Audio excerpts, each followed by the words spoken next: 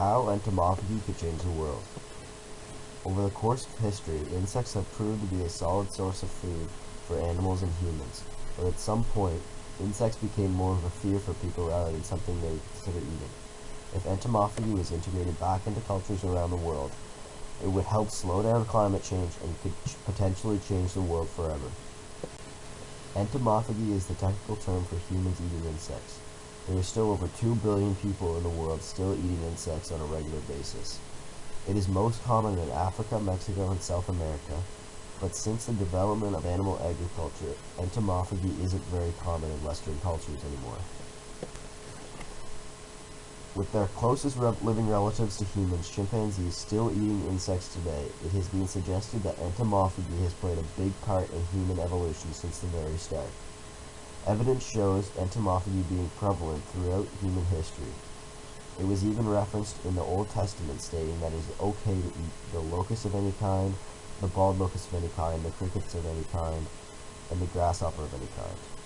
Aristotle also wrote about how tasty cicadas were, and how they were a delicacy in ancient Greece culture in 4th century BCE. In recent years, the UN has been encouraging people to start eating insects again on a regular basis because of the impact it would have on climate change. The world population is predicted to reach or exceed 9 billion by the year 2050. And with the world population on the rise, animal agriculture and industrial fishing aren't going to be a realistic way to feed everyone because of the negative impacts they have on the environment. With the world's climate changing dramatically, society can't afford to be hurting the environment any more than we already are. Insects could offer an alternative to fish and meat that could reduce the demand for industrial fishing and farming companies, as well as helping slow down climate change. But the biggest problem comes from farming livestock, especially cattle, because it produces a huge amount of greenhouse gas and ammonia. According to a report done by the FAO, animal agriculture is responsible for 18% of the yearly greenhouse gas and ammonia emissions. Farming livestock also uses a lot of land and valuable resources. Overfishing is also becoming a huge problem for climate change.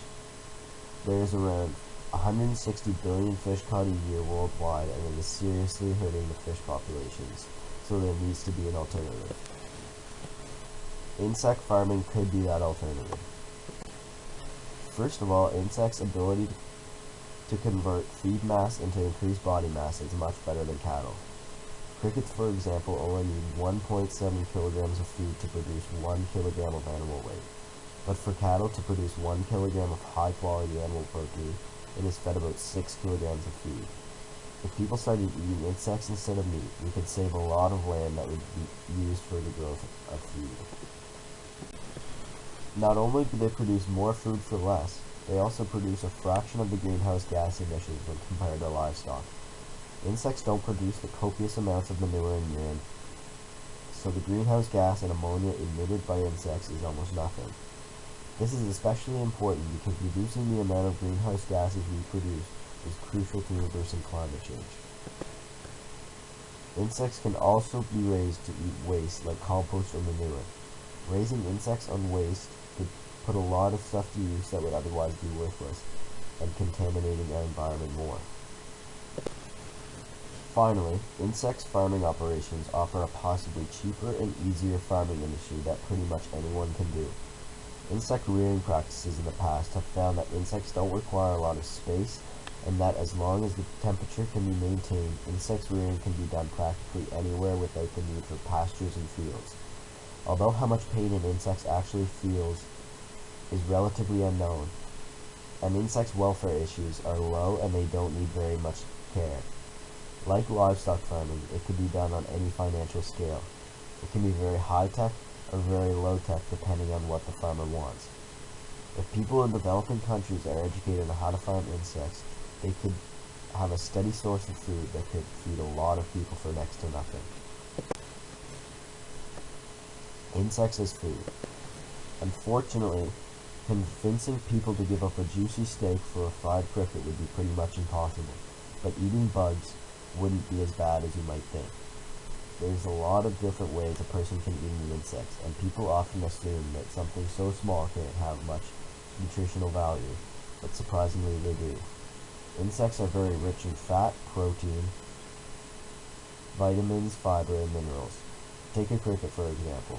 100 grams of crickets contain 12.9 grams of protein, 121 calories, and 5.5 grams of fat. Although beef has more protein than crickets, there is a huge variety of edible insects, and the nutritional value varies between each species.